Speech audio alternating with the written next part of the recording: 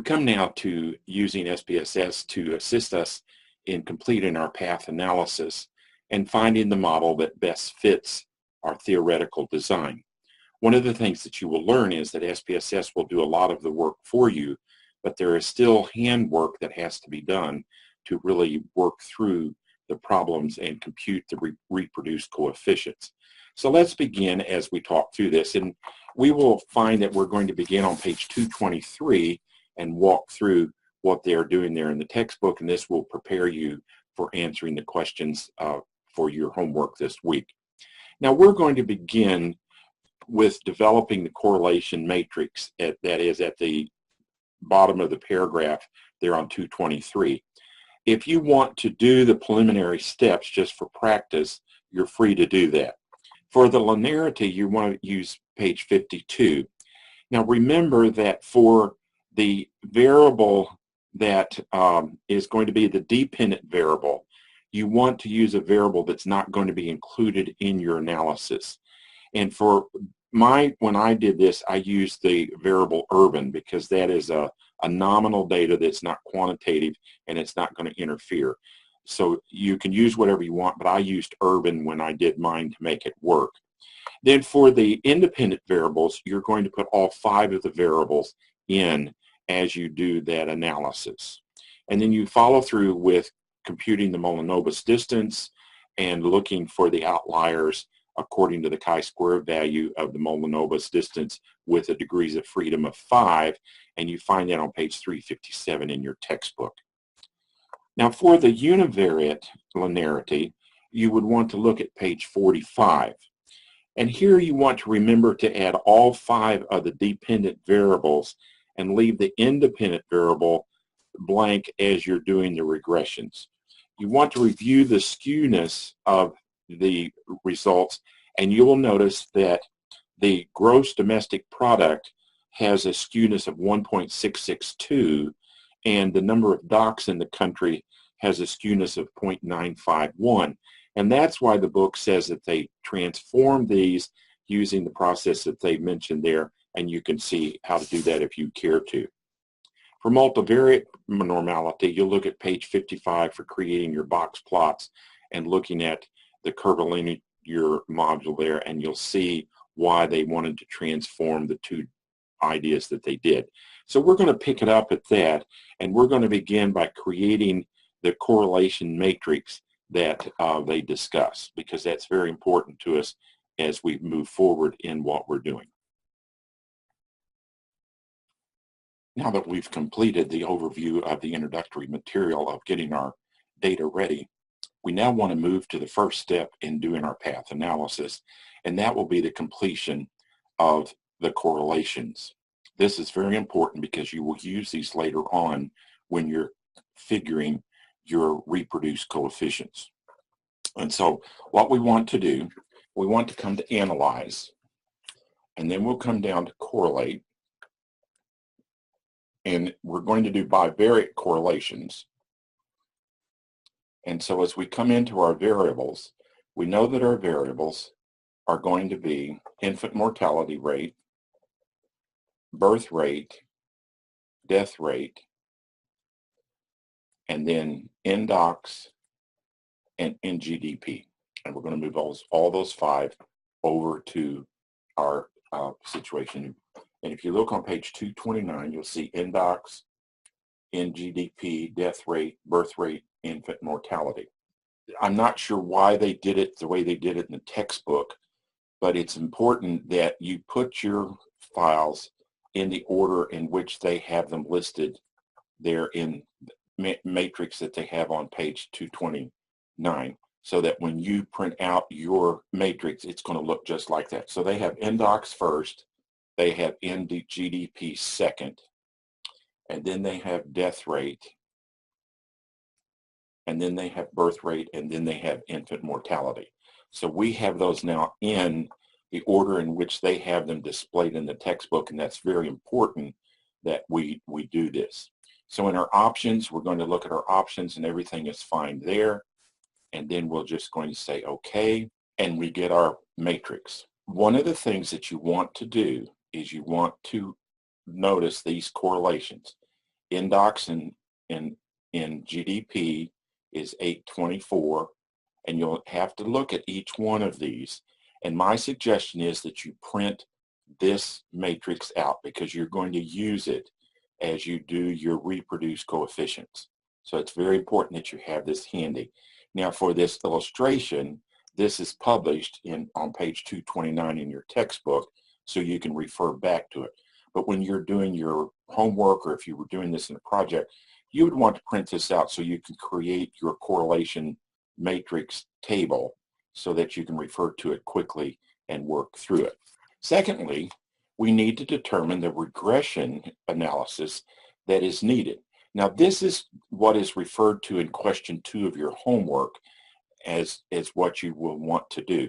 And if you can see page 229, you'll see the table that's given there at the bottom of underneath the correlation matrix. And it says, finally, the first set of regression analysis were conducted for the 3 endogenous variables. And you see that chart that they made there. Well, that is your regression analysis that you're going to need to understand that gives you the guidelines of all that you need to do. First regression is the endogenous variable, which is death rate, Z3, and the exogenous variable, indox, C1. From this, the model, you can see this is a straight line with the arrows going from Z1 to Z3. Now to do this, we go to Analyze, we come down to Regression, and we're going to be doing a linear regression. The dependent variable will be the endogenous variable. And for this Z1 to Z4, the death rate is going to be the endogenous variable, and the exogenous variable, the one that is causing the change, is going to be indox. And so we're going to put that in the independent variable. Then we go up to statistics, and we want to make that regression coefficient is estimate, the model fit is things, and then we want the collinearity diagnostics. And then we say continue, and then everything else is ready to go, and we say okay, and now we have our first regression. And so we look through, we see our model summary, and what we're looking for is here in this coefficients, we're looking for this beta number. And for this one, it's minus 0.643. You need to understand that this is the coefficient, regression coefficient, that you're going to need to have for Z31. And we'll refer back to this. So again, as you do all of these regressions, you want to add them on to your printout. So don't close this printout, just minimize it and then do your next analysis of your regression, and you do those each one as you go through. And the next one is going to be birth rate and gross domestic product. And then finally, you're going to do infant mortality rate, and you're going to put as the independent variables indox, death rate, and birth rate. And you will create your regression analysis for each one of those. If you look over on page 231, you will see each of these 3 regressions are printed out there, and these should look like the pages that you have. For this process, you can just refer back to page 231. But if you're doing this for your homework, if you're doing this for a project, you will want to print these out. So just like the correlation matrix, you have them readily at hand.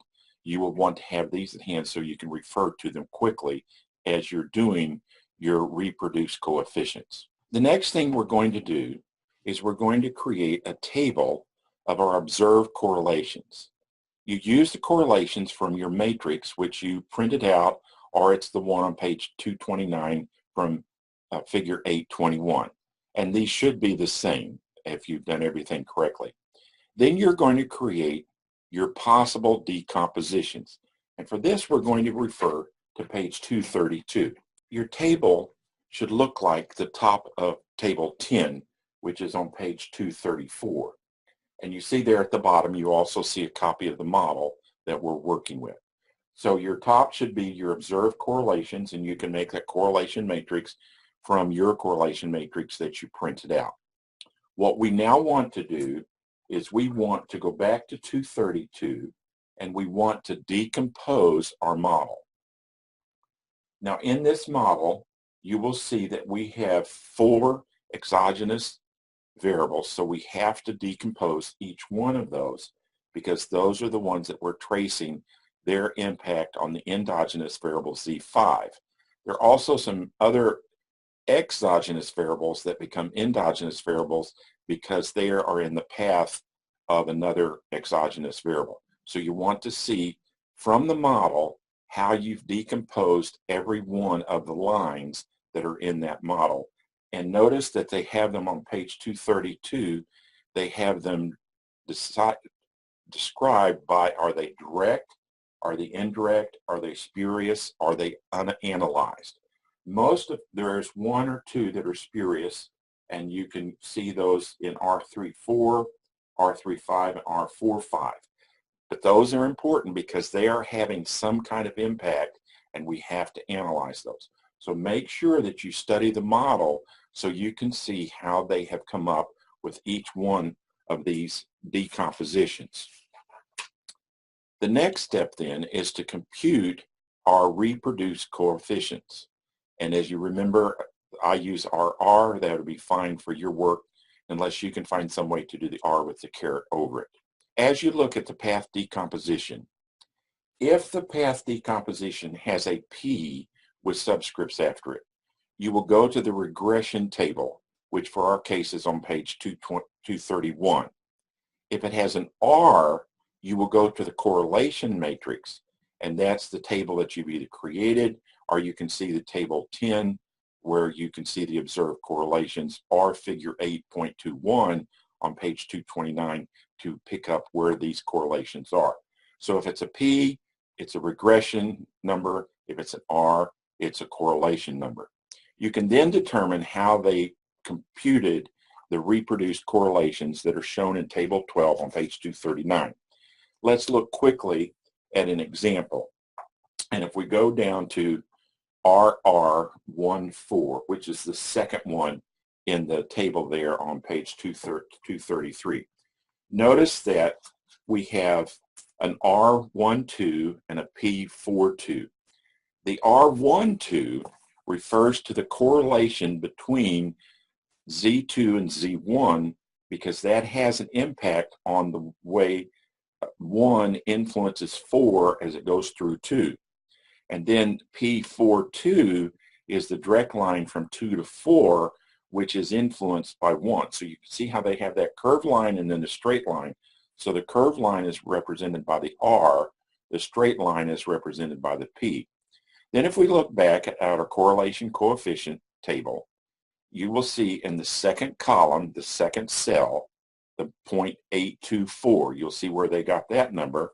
And then if you look at your regressions, which if you see on page 231, figure 8.25, you will see that the regression between gross domestic product and birth rate is minus 0.803. And what we're looking for there is the beta. So when you get down to the beta, you'll see that number, and that's the minus 0.803. And you can see those are the two numbers that they've multiplied, and then they come up with the number minus 0.662.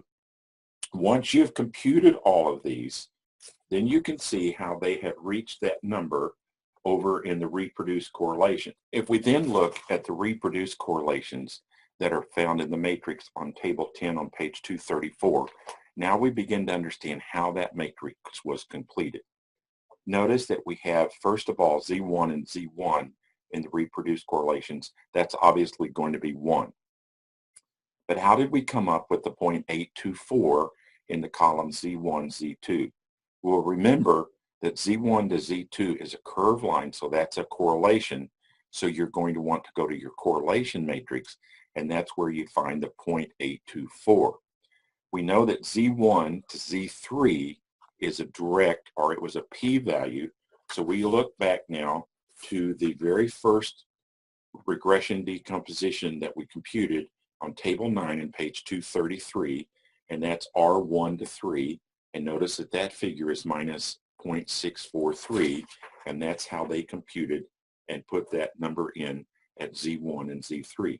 So you can then go through and see the logic of how they completed each of the parts of the coefficient matrix.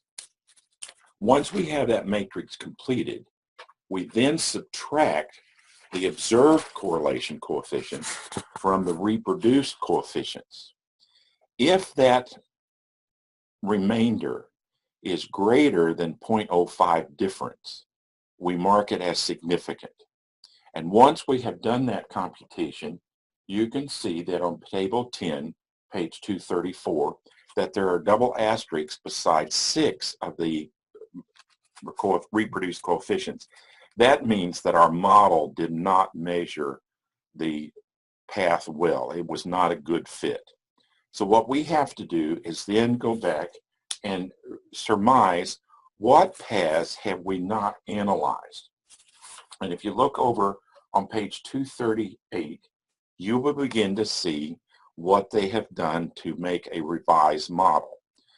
You want to do correlation coefficients between every straight line that you can make. And if it's not significant, then you eliminate that from the model. But if it is significant, and what they have shown there on page 238, figure 8.33, are the lines that are dotted that when they did the correlation coefficients, the observed ones, they were significant, so they included them. Then they regressed all of them that are new or have a different path, and they subtracted the reproduced coefficients from the observed coefficients, and they came up with only one of them was significant. So they said, now we have a model that fits. So that's how you work through doing the path analysis. And you have to do your original model that theoretically you've set up. Then if that does not have a good fit, you think of theoretically, and from the literature, what are some of the other paths that might work, and you put those in. You rerun the correlation coefficients, the regression coefficients. You set up your analysis matrix of regression analysis that you need to do, and then you compute your reproduced coefficients from that projection, and then you subtract those from the observed correlations, and you keep doing that until you get reproduced coefficients that are less than 0.05 from the observed coefficients, and then you have a model that is going to work. Hopefully this will give you the background that you need to do to be able to complete not only your homework, but would be a refresher if you would end up using path analysis, or you can look at as you read Dr. Brown's dissertation to analyze what he did in coming up with the model that he used.